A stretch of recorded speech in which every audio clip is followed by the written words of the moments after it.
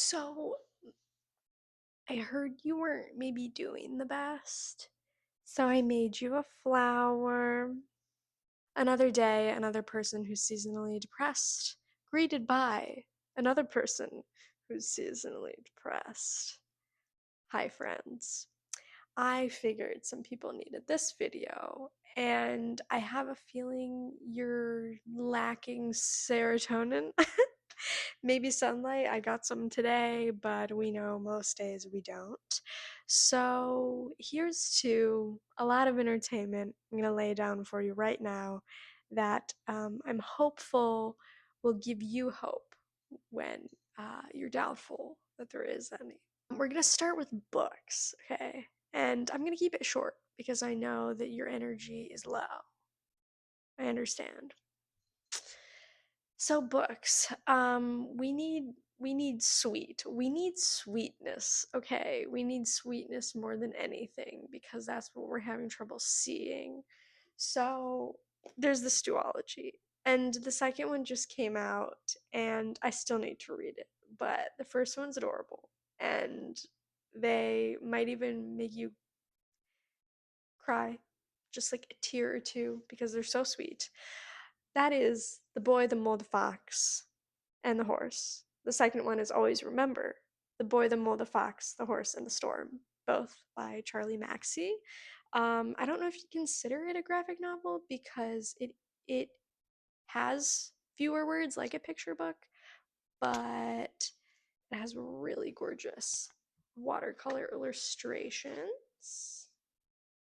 So I think it's going to be adorable. The dedication was to a pet they lost, so I'm sure if you can't handle losing a pet, that's completely valid. So maybe just read the first one. Just read the first one because I know it doesn't have to do with that. It's just a sweet little story about how nature comes together and supports one another. Sometimes we just need a breath of fresh air, literally. So pick these up. If that's a little too artsy fartsy for you, we're gonna go a little bit more basic graphic novel that's still silly. Um, Come on. I think you need some silliness. Come on.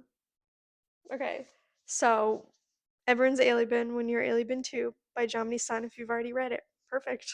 Read it again because it's so silly and adorable. The Beaver Says Damn. Come on. The tree is the most adorable tree you've ever seen since the Giving Tree. There's a turkey. There's so many things and it's all spelled wrong intentionally and it's all adorable. Yeah, you have to. It's adorable and it's silly. Okay. And if you really just need nostalgia and you're not feeling either graphic novel, I think everyone in the world can use Calvin and Hobbes. Maybe you could use that one, right? Okay, well, if you can't use that one, maybe you could use this one. Right. And if you can't use that one, surely this is an OG. You could use that one. And there's so many. And there's so many more. And I'm causing distraction. But the coolest part about Calvin and Hobbes is the jokes age even better as an adult. So I think it's been a little too long since you endeavored into Calvin and Hobbes, and think I think it's time. Maybe you even need to make a blanket for it when you do so. Okay, maybe reading's not your speed. Maybe it just takes too much energy and you don't even have the energy to read. Well, great. That's what music's for. You can just listen to something and you can feel better after 3 minutes. Sometimes two. Sometimes, if an artist's feeling crazy, 1 minute. Right off the bat, if you just need happy-go-lucky music, I have the artist for you. It does. You can put their entire discography on shuffle. It does not matter. Happy-go-lucky is the name of the entire game for the band Bad Sons. Okay, indie rock, Happy Go Lucky. An indie rock classic, put on Vampire Weekend. And tell me you're not either gonna do a little dance or smile because they're so silly and all over the place. You will. I guarantee you will. And you can also put on Dayglow. Some of their songs are very popular and catchy. Also, very happy go lucky. Okay. If you want more of that iconic early 2000s Christian uh, emo vibe, like your Switchfoot, your Hawk Nelson, go for some The Rocket Summer because it's as if that scene met a musical. So you'll either think that's really, really cringy or it's now officially your favorite happy go lucky music. So if the people it's for, it is absolutely for. So put on So Much Love, the song by The Rocket Summer, and you will decide if that is your vibe or not. I promise. But if you more are just a girl boss listener, then obviously you could put on some Chaperone. You could put on some Charlie XCX. There's the most popular, there's the most classic, the most newly popular Olivia Dean. Fantastic. Everyone loves Man I Need, her track. I'm sure it'll get a Grammy. And the most underrated that I also really, really love and deserves a time in the future, hopefully, is my woman Sigrid. Love her. She literally smiles almost every single song she performs. You can feel her smile in her lyrics. And I think you could use a smile. So I think between all of those artists, um, there's some hips moving, there's a little bit of the corners of your mouth are moving just a little bit. If you want more specific songs, okay, Your Light by the Big Moon is not only the hope that I find spiritually in what I believe, but it's also just hope, period. So if you are, again, serotonin deficient, put that on. Pity Party by Lydia Knight is just another fun one where we're dancing through the trials that we've been through. We're acknowledging what they are, but we're doing so in a more fun way instead of just being somber about them. We're trying to take ourselves less seriously. The EP Damn Look at the View by Martin Luke Brown. It's so introspective and thoughtful, but it's so hopeful. Very atmospheric and hopeful, like the sunrise will come up again kind of vibe. And if you need just pure ridiculousness, put on We Turn Up. Put on the We Menu remix.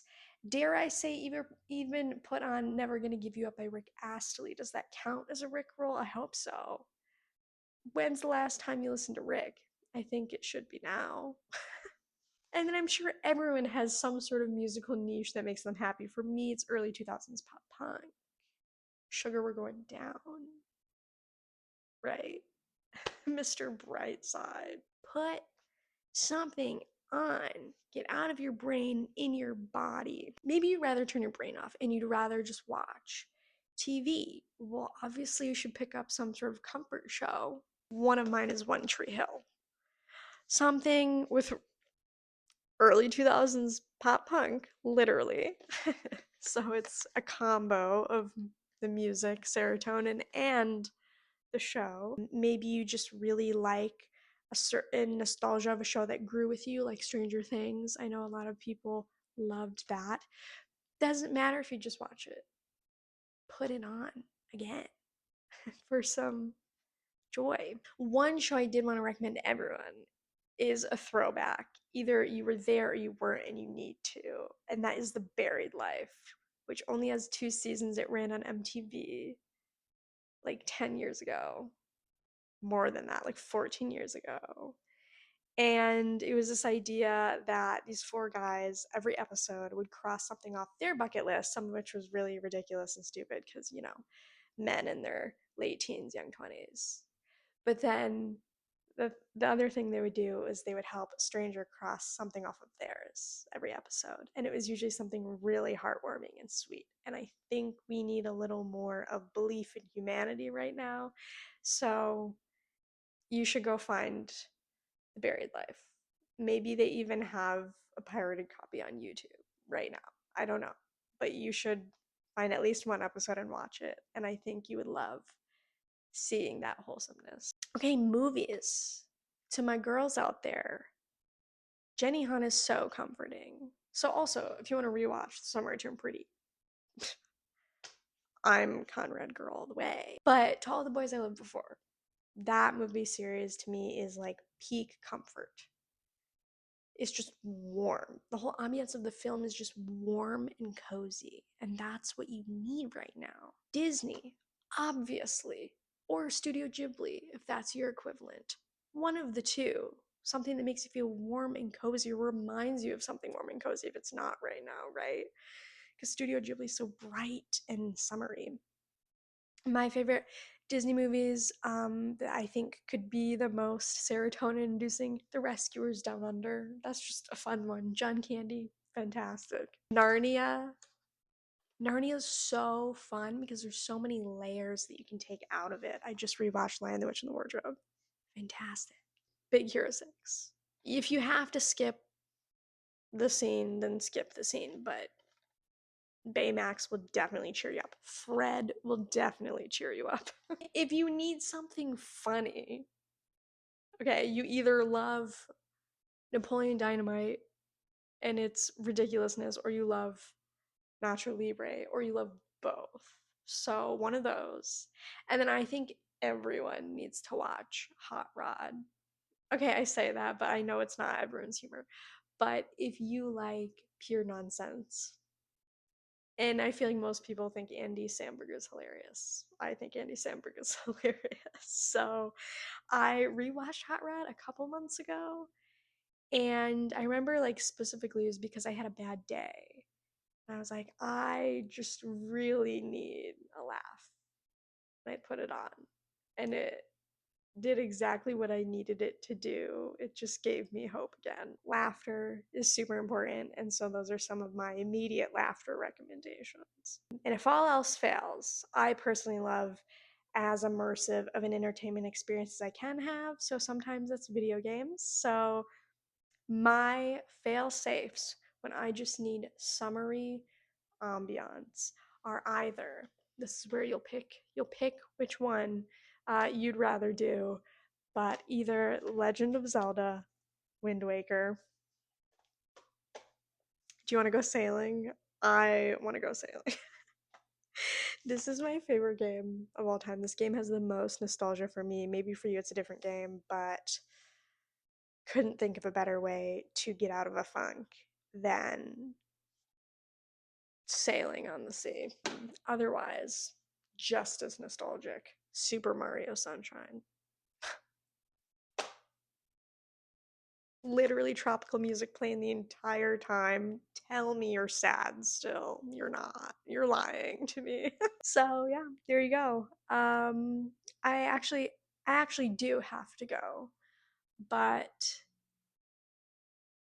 I'm sure at least one of those things has to give you serotonin. And I'm gonna let me know what that was. But I hope you feel better soon.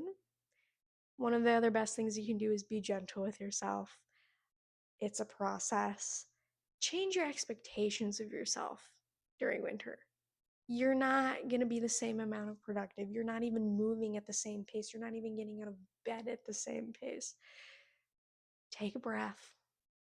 You don't have to be the same person you are during other parts of the year. You can change, you can have different rhythms, you can do the bare minimum, and it's still the best that you could do. So, take care of yourself, and I'll talk to you later. Bye, friends.